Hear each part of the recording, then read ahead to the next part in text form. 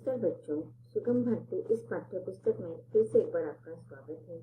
आज हम पाठ क्रमांक 9 पढ़ने जा रहे हैं, जिसका शीर्षक है भाग्य बड़ा या साहस। भाग्य बड़ा या साहस इस पाठ का ये सेशन क्रमांक पहला है। बच्चों, यह जो पाठ है वह साहित्य की कहानी विधा से लिया गया है। इस पाठ में इस कहानी के माध्यम से साहस और भाग्य मनुष्य के जीवन में किस प्रकार से समान होते हैं, महत्वपूर्ण होते हैं, इसका वर्णन इस कहानी में किया गया है। अब हम पाठ की तरफ बढ़ते हैं। सब लोग पाठ्य पुस्तक निकालेंगे। पाठ क्रमांक 9, भाग्य बड़ा या साहस। यह जो कहानी है वह संकलित है। अब हम कहानी को शुरुआत करते हैं। एक बार की बात है, भाग्य और साहस में अचानक झगड़ा उठ खड़ा हुआ। भाग्य ने कहा, सबसे बड़ा मैं हूँ। मैं जब जिसे चाहूँ राजा से रंक बना दूँ और रंक से राजा बना दूँ। अब देखिए, एक समय की बात है, भाग्य और साहस दोनों में झगड़ा होने लगा। किस बात से झगड़ा होने लगा कि साहस अपने आप को सर्वश्रेष्ठ मानता था और भाग्य अपने आप को। तो दोनों भी एक दूसरे के सर्वश्रेष्ठता को लेकर झगड़ा करे थे। भाग्य ने कहा कि सबसे बड़ा तो मैं ही हूँ, क्योंकि अगर मैं चाहूंगा तो राजा से रंक भी बना सकता हूँ किसी व्यक्ति को। रंक अर्थात गरीब या भिखारी। रंक का अर्थ क्या होगा? भिखारी। तो राजा से मैं रंक भी बना सकता हूँ या फिर रंक से राजा भी बना सकता हूँ। साहस ने कहा, छोड़ो छोड़ो, सबसे बड़ा तो मैं हूँ। जिस आदमी में साहस न हो वह कुछ कर नहीं सकता। जिसमें साहस हो वही सुखी होता है। इसीलिए मैं तुमसे बड़ा हूँ। चलो चलो, भाग्य ने मुंह बिदकाकर कहा। कोई कितना ही साहसी क्यों न हो, यदि उसके भाग्य में सुख नहीं है तो उसे साहस के बल पर सुख कदापि नहीं मिल सकता। तो यहाँ पर देखिए, भाग्य और साहस के माध्यम से मनुष्य के जीवन की वास्तविकता वर्णन किया गया है कि भाग्य कहता है कि मैं बड़ा हूँ, मैं सर्वश्रेष्ठ हूँ। तो साहस कहता है कि नहीं, अगर किसी व्यक्ति के पास बहुत सारी सुख सुविधा है लेकिन वह व्यक्ति साहसी नहीं है, तो साहस न होने पर भी केवल मात्र भाग्य से उसे सुख कभी नहीं मिल पाएगा। साहस के बल पर सुख कदापि भी उसे मिल नहीं सकता। किसी के भाग्य में कितना भी सुख लिखा हो, लेकिन यदि वह साहसी नहीं है तो वह कभी सुखी नहीं हो सकता। उदाहरण देते हुए साहस ने कहा। अब देखिए, साहस और भाग्य के इस सर्वश्रेष्ठ के झगड़े में जो दोनों भी अपने आप को श्रेष्ठ मान रहे थे और यह उदाहरण देकर वह समझा रहे थे। अब यहाँ पर देखो, साहस ने भी अपनी बात, उसने क्या बात रखी थी भाग्य के सामने कि अगर किसी के भाग्य में कितना भी सुख लिखा हो लेकिन उसके पास अगर साहस नहीं है, वह साहसी नहीं है, तो वह उसके भाग्य से उसे कभी भी सुख प्राप्त नहीं हो सकता है। और इसीलिए वह उदाहरण देते हुए कहता है कि मान लो किसी के भाग्य में लिखा है कि उसे जंगल में अपार धन मिलेगा। अब अगर उसे आदमी में साहस होगा तभी तो वह जंगल में जाएगा। इसका सीधा अर्थ हुआ कि साहस भाग्य से बड़ा है।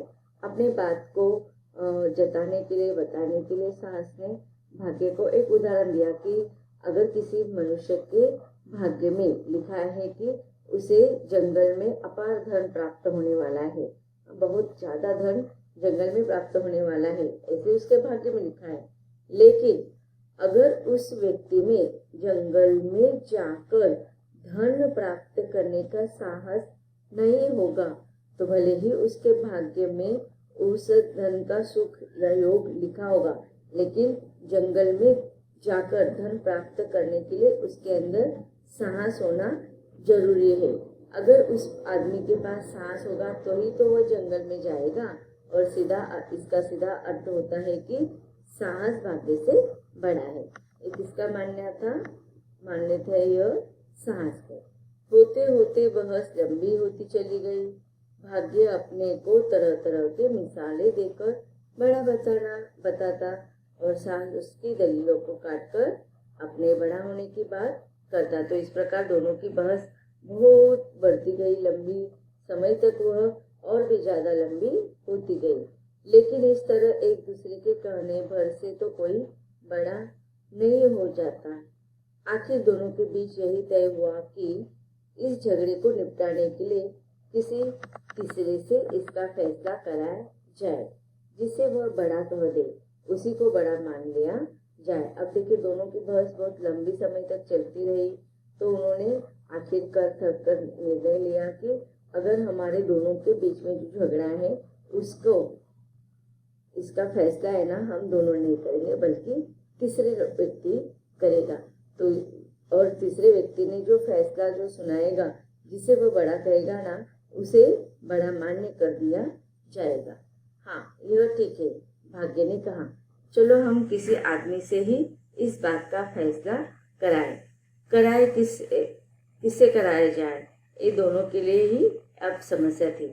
देखिए, भाग्य और साहस के बीच में झगड़ा था, तो अब दोनों के बीच में जो झगड़ा होता है उसका निर्णय कौन लगाएगा, तो इसीलिए फैसला करने का जो काम था तीसरे व्यक्ति पर दिया गया।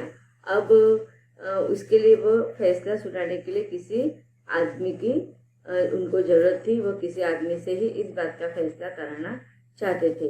तो अब वो समस्या थी उनके सामने कि यह फैसला हम किसके द्वारा कराए, कि भाग्य श्रेष्ठ है या साहस।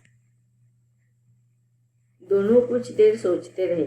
बड़ी देर के बाद साहस ने ही सुझाया, पृथ्वी पर राजा विक्रमादित्य बड़े ही प्रतापी राजा माने जाते हैं, हम लोगों को उन्हीं के पास चलना चाहिए। अब देखिए, दोनों सोच में लगे रहे कि कौन हमारे इस झगड़े का निर्णय लगाएगा, इसीलिए वो किसी मनुष्य के खोज कर रहे थे। तभी साहस के दिमाग में आया कि पृथ्वी पर विक्रमादित्य नाम के जो राजा है वो बहुत ही प्रतापी राजा माने जाते हैं। तो उन दोनों को अपने इस फैसलों को सुनाने के लिए कौन बड़ा है, कौन सा प्रश्न था उन दोनों के मन में, साहस बड़ा या भाग्य बड़ा। तो इसका निर्णय वो किसी तीसरे व्यक्ति से करवाना चाहते थे। चलो, यह भी ठीक है, भाग्य ने कहा। राजा विक्रमादित्य वास्तव में सत्यवादी है, न्याय प्रिय भी है, वह जो फैसला करेंगे ठीक ही करेंगे। अब देखिए, बड़ी देर के बाद साहस ने यह निर्णय बताया कि विक्रमादित्य बड़े ही प्रतापशाली राजा है, तो हम उनके पास जाते हैं और उनको ही निर्णय देने के लिए, फैसला लेने के लिए कहते हैं कि भाग्य बड़ा है या साहस।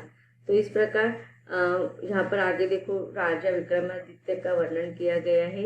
आपको एक वाक्य में प्रश्न पूछा जा सकता है, तो उसका उत्तर आप लिखेंगे कि राजा विक्रमादित्य में वह सत्यवादी गुण था, वह हमेशा सत्य बोलता था, न्यायप्रिय था, और वह जो भी फैसला करेंगे, तो इस प्रकार देखो उसके अंदर, राजा विक्रमादित्य के अंदर जो भी गुण है, इसका वर्णन यहाँ पर किया गया है कि वह सत्यवादी थे, न्यायप्रिय थे। और दोनों पहुंच गए राजा विक्रमादित्य के दरबार में। तो इस प्रकार देखो, भाग्य और साहस दोनों ने बहुत चर्चा की, विचार किया, और उसके बाद उन्होंने तय किया कि विक्रमादित्य जो है वह सत्यवादी न्यायप्रिय राजा है, बड़े प्रतापी माने जाते हैं, तो वही उनके इस झगड़े का निर्णय करेंगे। और दोनों पहुंच गए राजा विक्रमादित्य के दरबार में। राजा विक्रमादित्य सिंहासन पर बैठे थे। राजसभा में सभी आसनों पर बड़े बड़े पंडित ज्ञानी मौजूद थे। धर्म चर्चा चल रही थी। कोई वेदों की बातें कर रहा था तो कोई पुराणों की। सोने के सिंहासन पर बैठे राजा विक्रमादित्य ध्यान से सबकी बातें सुन रहे थे। देखो, यहाँ पर राजा विक्रमादित्य के वर्णन किया गया है। उनके सामने जो राज सिंहासन पर बैठकर वो सबकी बातें सुन रही थी। उनके राज दरबार में बहुत बड़े बड़े पंडित थे, ज्ञानी लोग मौजूद रहते थे हमेशा, और वह हमेशा धर्म चर्चा करते रहते थे, वेदों की बातें, पुराणों की बातें करते रहते। तो वो बहुत ही विद्वान पंडित और ज्ञानी लोगों के बीच में रहते थे। उनका वो खुद एक ज्ञानी विद्वान माने जाते हैं। उसी समय पहुंच गए भाग्य और साहस। राजा विक्रमादित्य ने उठकर बड़े आदर से दोनों का स्वागत किया, उनकी आरती उतारी, स्तुति की उनके लिए अपने सिंहासन से भी ऊंचे 2 चढ़ाऊ सिंहासन मंगवाए। भाग्य और साहस जब दोनों सिंहासन पर बैठ गए तब राजा विक्रमादित्य ने हाथ जोड़कर कहा, आप लोगों के दर्शन पाकर मैं सचमुच धन्य हो गया। कहिए आप दोनों की मैं क्या सेवा करूं। तो देखिए यहाँ पर राजा विक्रमादित्य इनका वर्णन करते हुए कहा गया है कि जैसे ही साहस और भाग्य राजा विक्रमादित्य के दरबार में जाते तो वो उनका स्वागत करता है, दोनों की आरती उतारते हैं। तो यहाँ पर उनके व्यवहार के किस प्रकार से उनके आचरण होता था इसका वर्णन इस परिच्छेद में किया गया है कि विक्रमादित्य जो थे उनके दरबार में बड़े बड़े विद्वान ज्ञानी लोग थे, लेकिन जैसे ही भाग्य और सास उनके दरबार में पहुंचे तो उन्होंने अतिथि देवो भव यह जो भारतीय संस्कृति है उसको अनुसरण करते हुए दोनों का स्वागत किया, दोनों की प्रशंसा की, उनकी आरती की। उनके लिए अपने सिंहासन से भी ऊंचे 2 चढ़ाऊ सिंहासन मंगवाए और इस प्रकार उन्होंने दोनों को अपने सिंहासन पर हाथ जोड़कर बैठने के लिए विनती की। आप लोगों के दर्शन पाकर मैं सचमुच धन्य हो गए हैं। कहिए दोनों में आपकी क्या सेवा करूं। भाग्य ने प्रसन्न होकर कहा, महाराज आपके स्वागत सत्कार से हम बड़े प्रसन्न हैं। आप केवल एक बात का फैसला कर दे, बस आज्ञा कीजिए। आप हमें यह बताने का कष्ट करें कि हम में से कौन बड़ा है। हाँ, महाराज साहस ने कहा, डरना मत, जो उचित हो वही कहना।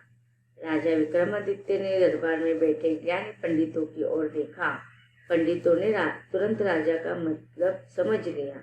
वे वेद पुराण और बड़े बड़े ग्रंथ खोल कर देखने लगे, लेकिन एक एक पन्ना देख डालने पर भी लोग यह पता नहीं कर पाए कि बड़ा भाग्य है या साहस।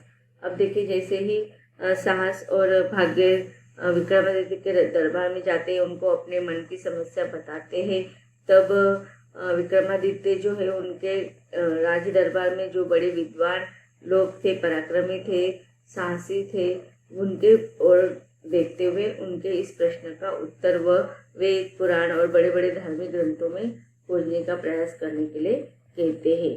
लेकिन उन्हें किसी भी प्रकार के ज्ञानी पंडितों की जो बातें थी वह भले ही वेद पुराण ग्रंथों में लिखी हुई है, लेकिन यह जो प्रश्न था भाग्य बड़ा या साहस बड़ा, इस प्रश्न का उत्तर विक्रमादित्य के दरबार में बैठे हुए ज्ञानी पंडितों को नहीं मिला। उन्होंने बहुत प्रयास किया, वेद पुराण और दूसरे बड़े बड़े धार्मिक ग्रंथों का उन्होंने स्मरण किया, उसे खोल कर देखने लगे और पढ़ने देख डाले पूरे किताबों के, लेकिन फिर भी उनके इस प्रश्न का उत्तर नहीं मिला कि भाग्य बड़ा है या साहस बड़ा है।